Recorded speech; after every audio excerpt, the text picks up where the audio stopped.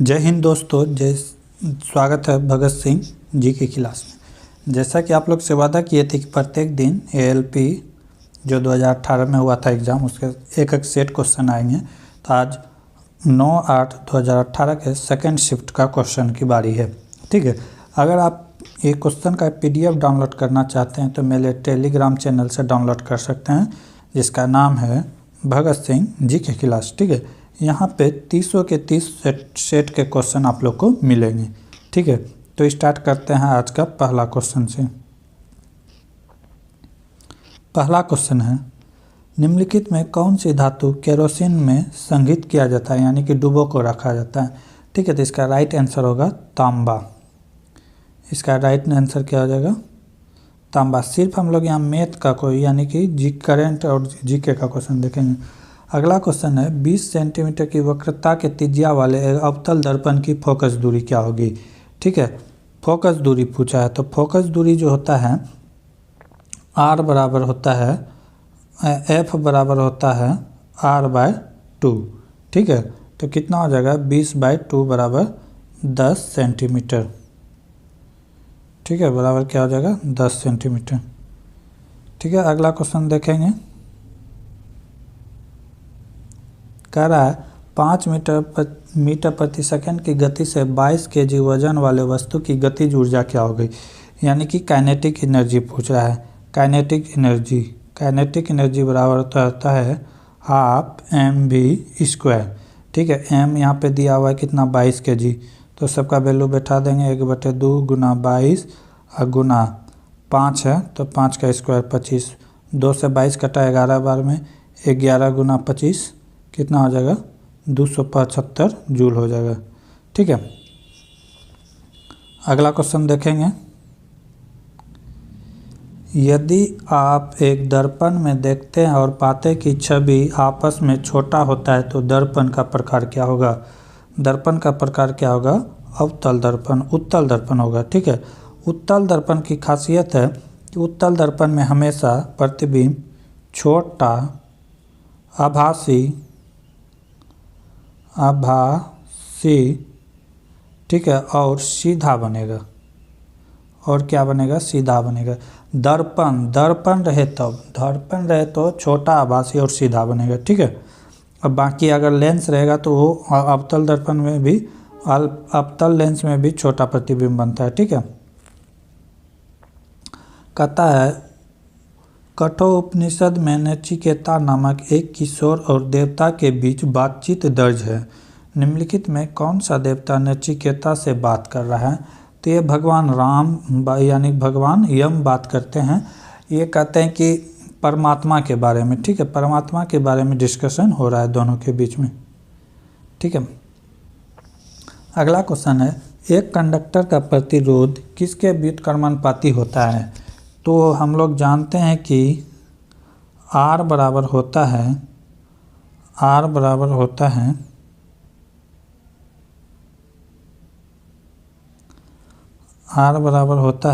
Directly proportional होता है L/A का।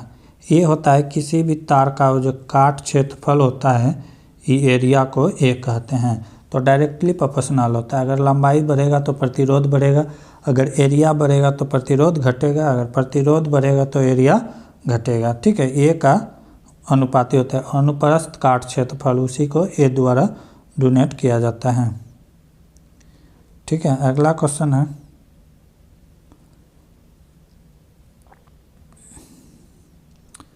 थोरैक्सिन के संश्लेषण के लिए निम्नलिखित में क्या आवश्यक होता है? तो आयोडीन की आवश्यकता होती है। किसका आवश्यकता होता है? आयोडीन की।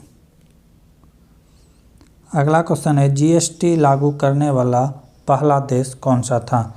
ऑप्शन के अनुसार यानी कि फ्रांस है। ऑप्शन क्या होगा? फ्रांस, क्योंकि फ्रांस 1954 में ही जीएसटी लागू किया था। विश्व का पहला देश फ्रांस था। अगर भारत में जीएसटी की बात करें तो 1 जुलाई 2017 को लागू किया गया था। जीएसटी सबसे कठोर जीएसटी की बात करें तो चिली देश का है, उसके बाद सेकेंड में भारत आता है। ठीक है, अगला क्वेश्चन है, निम्नलिखित में किसने रासायनिक संयोजन के दो महत्वपूर्ण नियमों की स्थापना करके रासायनिक विज्ञान की नींव रखी थी? तो एंटोनियन एल लेवोजियस है, जिसको केमिस्ट्री का फादर भी कहा जाता है। ठीक है, अगला क्वेश्चन है जीके का। कैल्शियम के केल्विन पर सेल्सियस से केल्विन पैमाने पर तापमान को बदलने के लिए आपको निम्नलिखित में से क्या करना होगा? तो इसमें क्या करना होगा? +273 करना होगा। ठीक है, एक फार्मूला के अनुसार आप किसी का भी तापमान निकाल सकते हैं। ठीक है, अगला क्वेश्चन है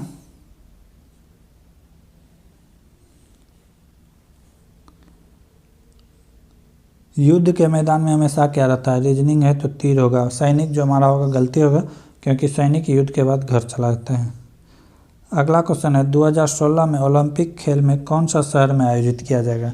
तो किया गया था 2016 का ओलंपिक, ये यानी कि 31वां संस्करण के ओलंपिक थे। कौन से? 31वां।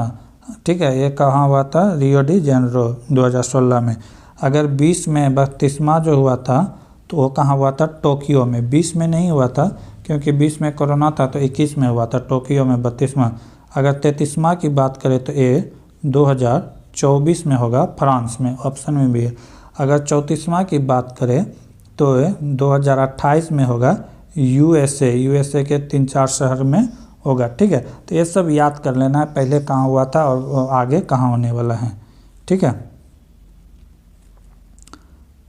अगला क्वेश्चन है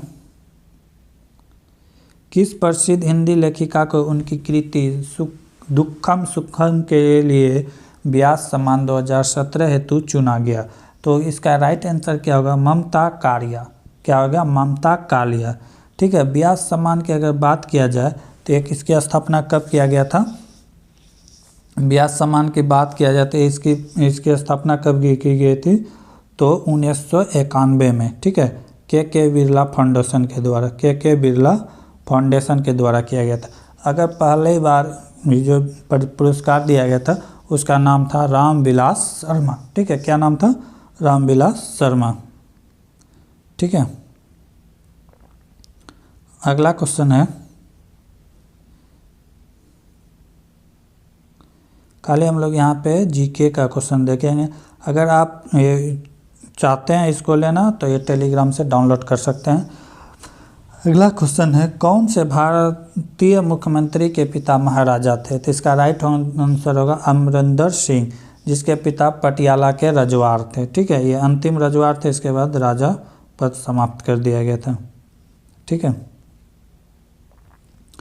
अगला क्वेश्चन है धातु अम्ल के साथ अभिक्रिया द्वारा उत्पन्न करती है लवण और हाइड्रोजन उत्पन्न करती है। ठीक है, अगला क्वेश्चन है क्लोरीन गैस का उपयोग निम्नलिखित में किसके निर्माण में किया जाता है? रिलेट करके क्वेश्चन पूछा जाता है। इससे पहले पूछा जाता था क्लोरीन कैसे बनता है, यहाँ पूछ रहा है क्लोरीन का उपयोग, तो ब्लीचिंग पाउडर के रूप में इसका उपयोग किया जाता है। रिलेट करके क्वेश्चन पढ़िए, ज़्यादा देर यानी कि याद रहेगा। भोजन वैसे ही फ्रिज संबंधित है जैसे कपड़े। कपड़े किसे? जैसे भोजन फ्रिज में रखा जाता है, कपड़ा कहाँ रखा जाएगा? अलमारी में। ये रीजनिंग का क्वेश्चन है।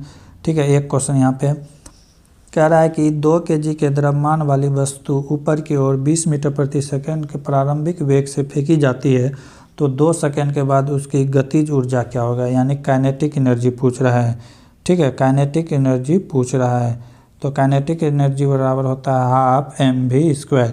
यहाँ से पहले सब कुछ हम लोग निकाल लेंगे। ठीक है, यहाँ से हम लोग क्या करेंगे? सब कुछ निकाल लेंगे। जैसे m का वैल्यू कितना दिया हुआ है? 2 kg। ठीक है, उसके बाद आरंभिक वेग क्या है? u का वैल्यू कितना दिया हुआ है? 20 मीटर पर सेकेंड। t बराबर कितना दिया हुआ है? 2 सेकेंड। ठीक है, यहाँ से हम v नहीं दिया हुआ तो v निकाल लेंगे। v बराबर ये होता है u - gt। gt का वैल्यू दिया है 10 मीटर पर सेकेंड। ठीक है, अब यहाँ से हम अगर v निकालते हैं तो v t के 20 हो जाएगा। g का मान 2 × 10। ठीक है, कितना हो गया? 20 माइनस हो जाएगा। v का वैल्यू क्या हो गया? 0 हो गया। ठीक है, v का वैल्यू 0 हो गया तो सबका काइनेटिक एनर्जी का वैल्यू ही क्या हो जाएगा? 0 जूल। ठीक है,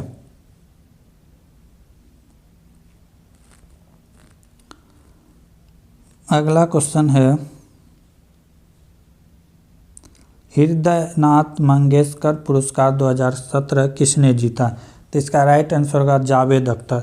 अगर हृदय पुरस्कार के स्टार्ट किया जाए तो कब से किया गया है?